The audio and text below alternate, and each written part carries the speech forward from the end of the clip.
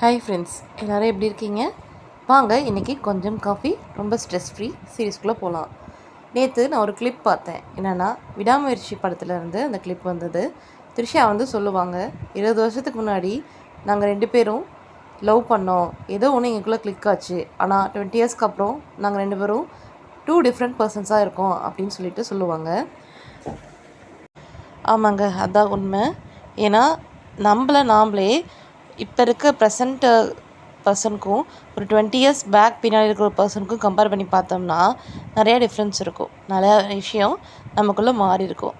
அதே தான் நம்ம பார்ட்னருக்கும். ஒரு 20 இயர்ஸ் பிஃபோர் நம்ம மீட் பண்ணுறோம், பேசுகிறோம், பழகிறோம் அப்படிங்கும்போது ஏதோ ஒன்று நமக்குள்ளே கிளிக் ஆகிருக்கும்.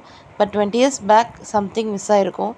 மேபி நம்மளுடைய சேஞ்சஸ், கேரக்டரில் நிறையா சேஞ்சஸ் வந்திருக்கும். ஃபார் எக்ஸாம்பிள், அந்த டைமில் அது கெத்துன்னு நினச்சிருப்பாங்க. பட் இப்போ அது தேவையில்லை அப்படின்னு நினச்சிருப்பாங்க. இந்த மாதிரி நிறையா விஷயங்கள் சேஞ்ச் ஆகும். நமக்கும் ஃபேமிலி லைஃப்பில் வந்துட்டோன்ற பொறுப்பு அதிகமாக இருக்கும். அதனால் பழைய மாதிரி டைம் ஸ்பெண்ட் பண்ணுறது இல்லை சின்ன சின்ன விஷயம் எல்லாமே இப்போ தேவையில்லாதது அப்படின்னு தோணும். அந்த சேஞ்சஸை நம்ம பார்ட்னர்கிட்ட நம்ம புரிஞ்சுக்கிட்டு பார்ட்னர் கூட அட்ஜஸ்ட் பண்ணிக்கணும். தேங்க்ஸ்.